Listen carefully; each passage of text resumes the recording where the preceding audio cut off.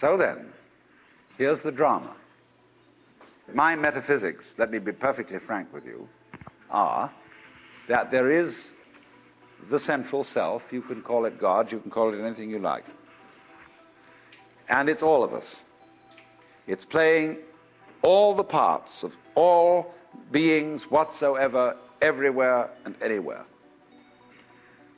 And it's playing the game of hide and seek with itself. It gets lost, it gets involved in the farthest out adventures, but in the end, it always wakes up and comes back to itself. And when you're ready to wake up, you're going to wake up. And if you're not ready, you're going to stay pretending that you're just a little, poor little me. And since you're all here and engaged in this sort of inquiry and listening to this sort of lecture, I assume that you're all on the process of waking up. Or else you're teasing yourselves with some kind of flirtation with waking up, which you're not serious about. But I assume maybe you are, not serious but sincere, that you are ready to wake up. So then, when you're in the way of waking up and finding out who you really are, you meet a character called a guru. As the Hindus say this word, the teacher, the awakener. And what is the function of a guru? He's the man who looks at you in the eye and says, oh, come off it. I know who you are.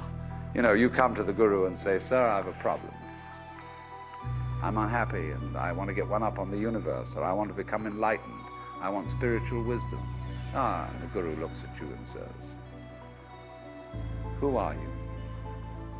You know Sri Ramana Maharshi, that great Hindu sage of modern times? People used to come to him and say, Master, who was I in my last incarnation? As if that mattered. And he would say, who is asking the question? And he'd look at you and say, basically, go right down to it.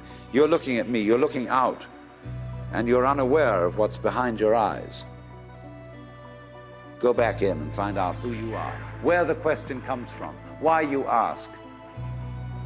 And if you've looked at a photograph of that man, I have a gorgeous photograph of him. And you look in those, I walk by it every time I go out of the front door. And I look at those eyes and the humor, the lilting laugh that says, oh, come off it, man. Shiva, I recognize you. When you come to my door and you say, I'm so-and-so, I say, ha ha, what a funny way God has come on today.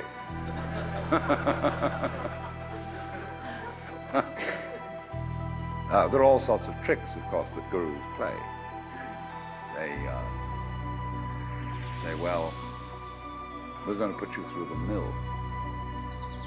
And the reason they do that is simply that you won't wake up until you feel you've paid a price for it.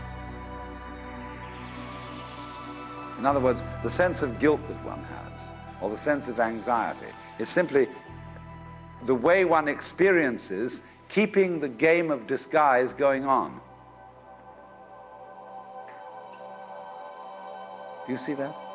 Supposing you say, I feel guilty. Christianity makes you feel guilty for existing. That somehow the very fact that you exist is an affront.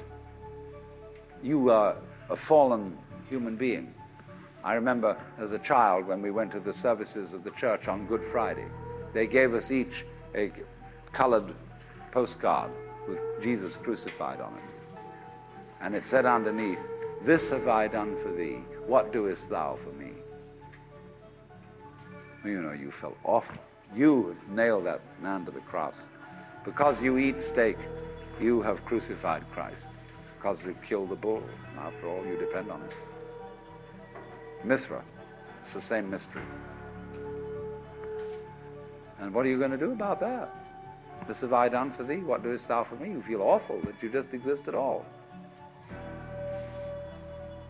But that sense of guilt is the veil. across the sanctuary. Don't you dare come in. In order to, in all mysteries, when you're going to be initiated, there's somebody saying, don't you come in. You've got to fulfill this requirement, and this requirement, and this requirement, and this requirement, then we'll let you in. And so you go through the mill. Why?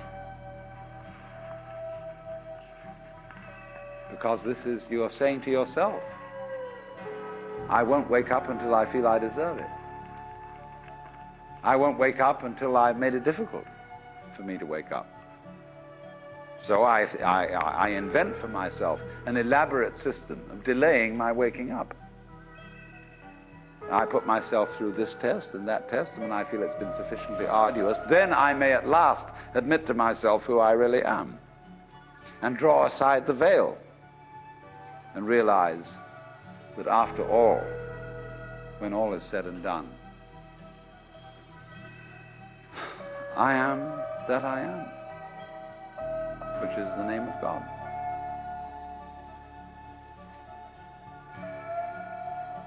And when it comes to it, that's really rather funny. They say in Zen, when you attain Satori, nothing is left to you at that moment but to have a good laugh. But naturally, all masters, Zen masters, yoga masters, every kind of master, puts up a barrier and says to you,